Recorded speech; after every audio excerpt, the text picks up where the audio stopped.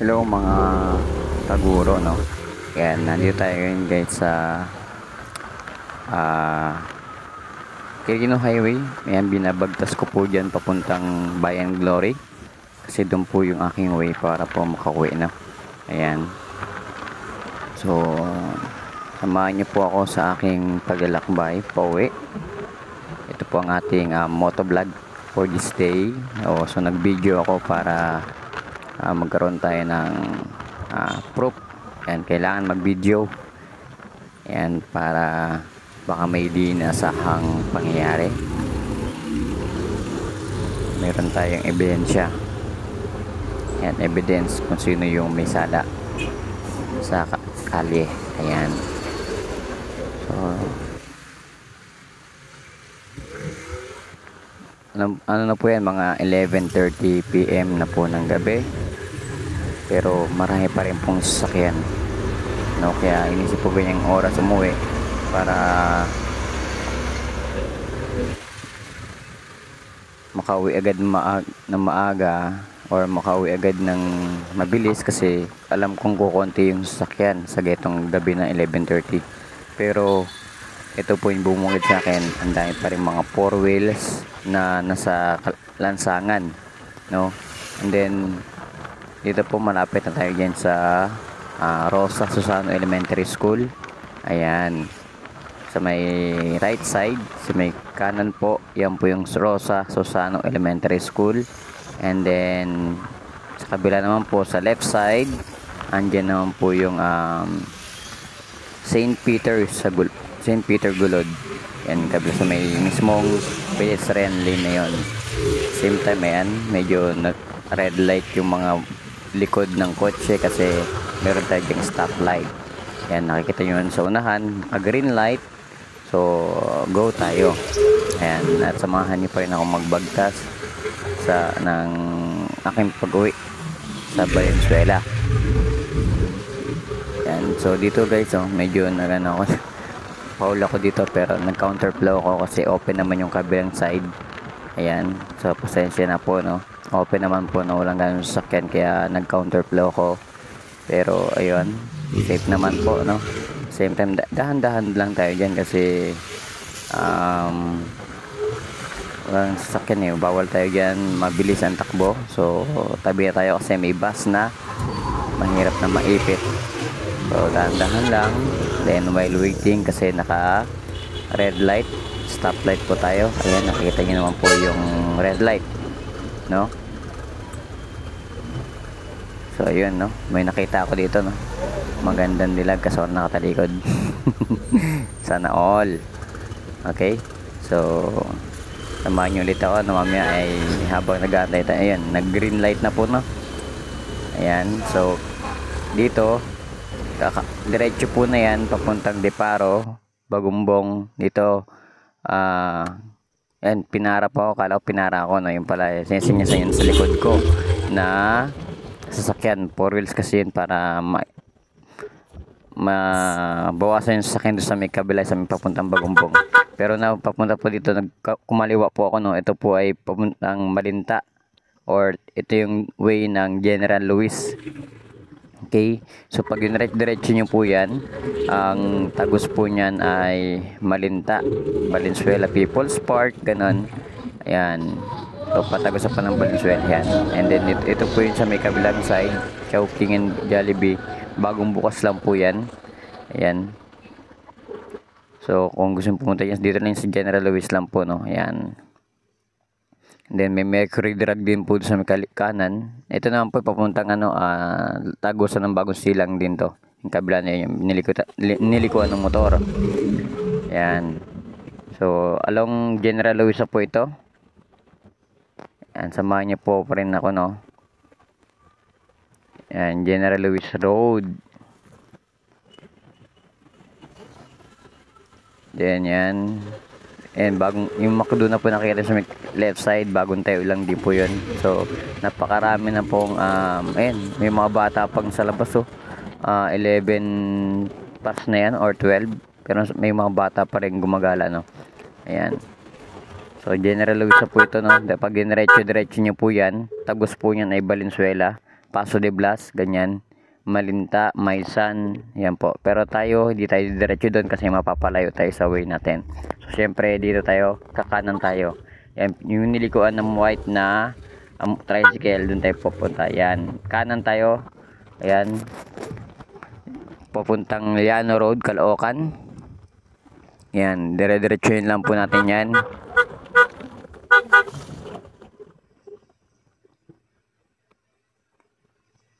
Yan, papuntang damong maliit na po ito. Yan, so di ba ang open ng kalsada pag itong oras. So, dire-diretso lang ang biyahe, tuloy-tuloy lang. Ayan, nagbusina ako dyan kasi kala ko may motor doon. May motor nga pero kala ko lalabas siya. So, ito yung pakurbada dito, papuntang damong maliit na yan. Ayan, may paahon po dyan. Ayan. And then, pag paahon po ng konti dyan, may paresan po dyan. Only soup, only rice. Sa halagang 120. Ayan po, nakita nyo yung piso, pares, parang ganon. Ayan, so along the road ng damong maliit na po tayo. Ayan.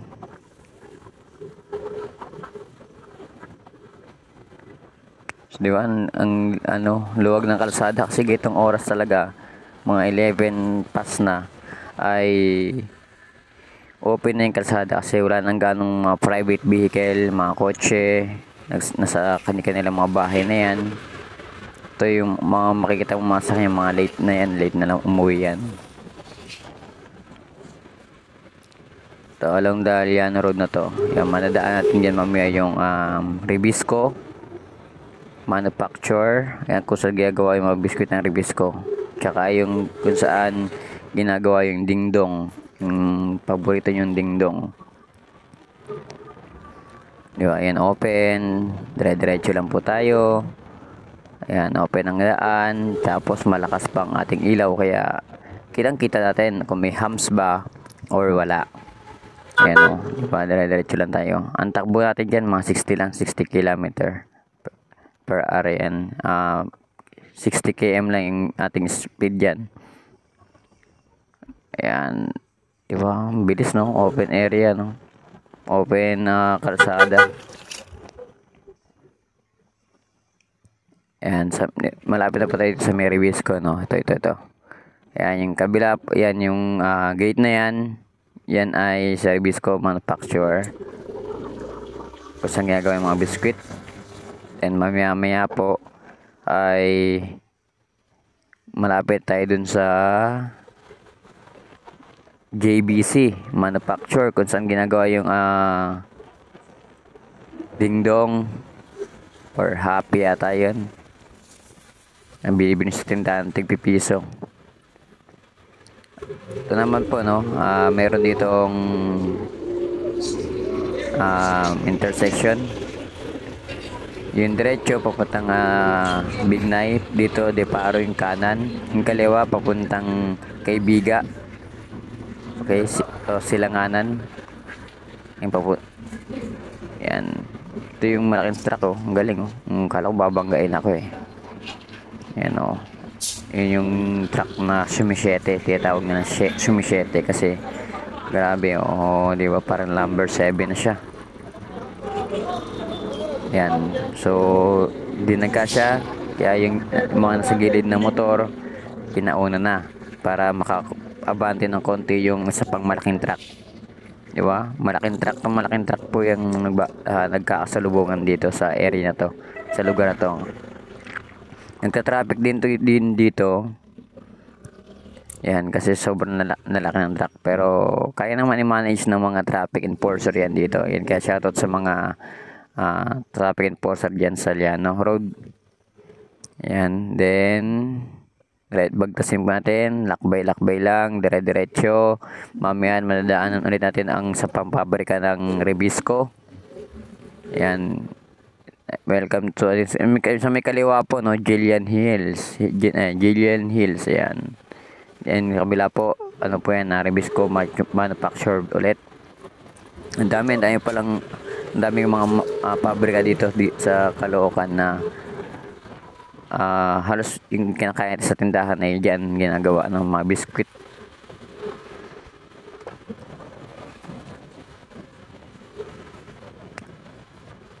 Ito nga pala, no? Of course, Caloocan, no helmet. Ayos. 'Di ba? Of course talaga, no? Ayan, shoutout kala ate. O, tatlo pa sila dyan.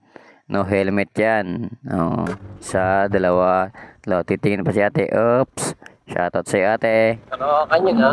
Mauna na ako. Of course, no helmet. Ayan, then malapit tayo dito sa school ng Ito pa to. Liano Elementary School. Ito po yan. Yung gate na yan. Caloocan, of course, Yan yung no gate. helmet. Liano Elementary School po yan. Ayan, may malaking truck ulit, no? Ito rin, of course, no helmet din.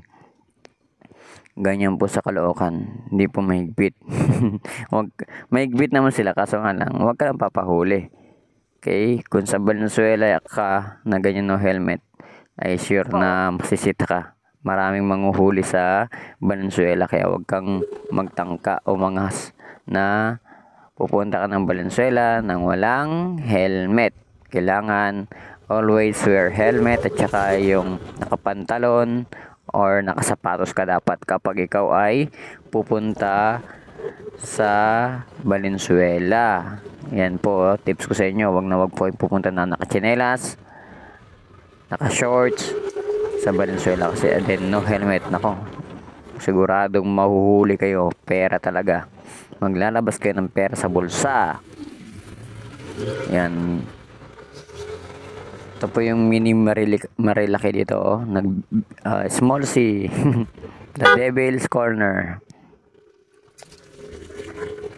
Yan. So, malapit na tayo sa ating bahay. Di ba? Walang ganong sakin pag itong oras. Kaya ang sarap umuwi. Ganito mga 15 minutes or 20 minutes. Nasa bahay ka na galing sa Bayan Novaliches. Diretso lang.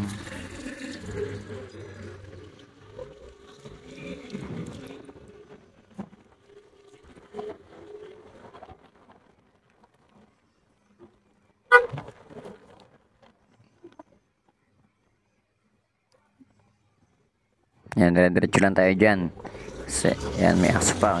Yan, isa rin yun, no. Pag may aso, no, ingat-ingat po tayo mga riders kapag may aso. No, biglang tawid po yan, no. Naranasan ko na po yan na biglang tawid yung aso. Nasemplang tayo. Ayun, may patay sindi sa kabila. Caloocan, of course, Yan, no then, helmet. mamaya, ito po, isang alternative way din to. Ito, yung nilikuan ng motor. No, helmet din sila, oh. Ayan, sa kabila po yung left side na po na yan, yan ay Vista Verde. Yan, Tagusan din po yan papuntang Novaliches Bayan. So nga lang, doon ay magbabayad ka ng 5 piso. Kasi may gate pass pa sila. Bayad sa gate kasi subdivision po yun. Pero pag doon ka naman, wala rin traffic. At the same time, papuntang General Luis po yun, yung subdivision na yun. Kay Biga po ang tagos nun. Tapos ang malapit na rin po sa Mindanao Avenue. Yun sa kay Parang Biga. lumilipid yung tricycle, ah. Nandito tayo po sa papuntang Bignay na po ito. Ayan, papuntang Bignay na po ito. Caloocan, of course, no helmet. Yan, di ba? Saglit lang po ang biyahe na yan, oh. No helmet. Ang daming no helmet porket gabi na. Pag kayo na tiyempohan ay siguradong pains nyo, no helmet. Tapos wala pa kayong lisensya.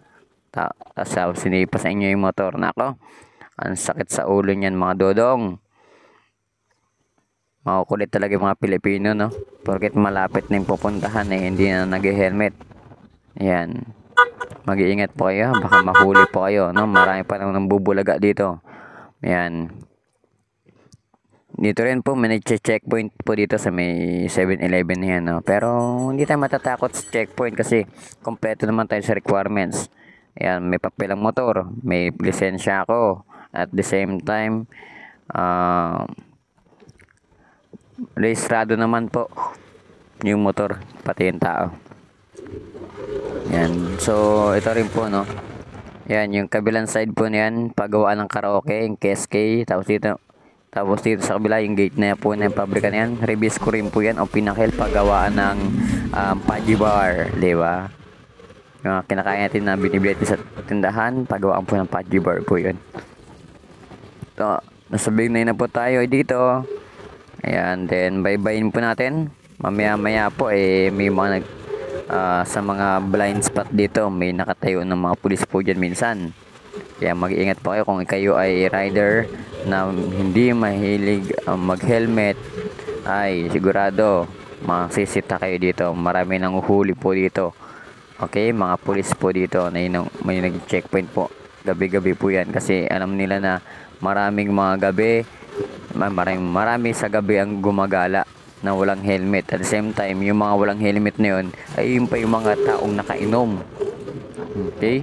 Kaya yung mga lasinggero dyan, mag-helmet kayo. No? Mag-helmet kayo kasi mauhuli kayo talaga. Lalo na pag may checkpoint. Okay, Valenzuela tayo. May huli. Kung may helmet kayo na hindi kayo sisitahin. Oops, ayun na nga. Sinasabi ko na nga may nanguhuli dito. So, dito sisitahin yan. Ayun, so yung mga yan. Hello sir, shoutout sa inyo sir. Valenzuela, may huli. No May plan checkpoint. no CR, no Valenzuela, of OR, course, no may helmet huli. yun. Mga sinisita na yun. Sabi sa inyo eh. Dito sa Valenzuela, mahigpit po sa Valenzuela. Kada kanto, may nanguhuli. Kaya, kayong mga riders, kailangan kayo ay may helmet, may papelang motor, may lisensya kayo at yung angkas nyo rin dapat may helmet kasi kung wala ay mahuhuli talaga kayo. Back ride, no helmet talaga. Then malapit tayo dito, kaliwa tayo, baybay natin, malapit tayo sa bahay. Ayan, nandito tayo sa Bignay. Bignay, nakagilid yun, nakamural, Bignay po yun. Ayan. Then, may malaking mall din po to. Ito yung landmark sa amin para makita nyo. Landmark, no? Landmark na pero di ko sabihin kung saan ako mismo nakatira. Pag napuntahan nyo na po yung landmark na malaking mall dito sa may amin, malapit na lang po ako doon, no? Tignan natin po. Yung baybayin po natin. Mga 1 minuto na lang po tatakbuhin natin. Depende sa bilis kasi yan po, malapit naman na tayo. So, hindi natin kailangan bilisan ng pagpapatakbo. Kasi malapit na tayo para makauwi tayo ng ligtas. So, mabagal yung kotse. Siyempre, o-overtake tayo dyan. Kasi mabagal yung kotse. Yan, dito rin po, karaniwan po nagkakaroon ng aksidente dun sa part na yon. Kaya dahan-dahan lang dito pagdating dito. Ito na po, malapit na po yung mall dito. Ito po yung tinatawag nating Happy Go Shopping Mall. Yan. Sa may yung kanan ko niyan. Happy Go. Ayan, Happy Go. Yan. Shopping Mall. Yan. Sa Bignay po yan. Pag narating nyo na yan, malapit na po kayo dyan. Then, syempre, liliko na ako nito. Then, shoutout. Don't forget to like and share this video. Subscribe tayo guys para sa mga para marami pang videos ang ating i-upload. Yan, abangan nyo po ang ating moto vlog. Ayan, shout out everyone, goodbye and thank you, God bless. Huwag nyo kalimutan mag-subscribe. Thank you for watching. Then kakain na tayo dyan. Ayan guys, so nakita nyo guys, tabi lang kami ng barangay hall, barangay health center, Of course, no helmet. barangay fire, yung may bombero. Then patabi rin kami ng school, yun sa gilid na yan, school po yan, Disciplina Elementary School. Yan po, malapit lang kami.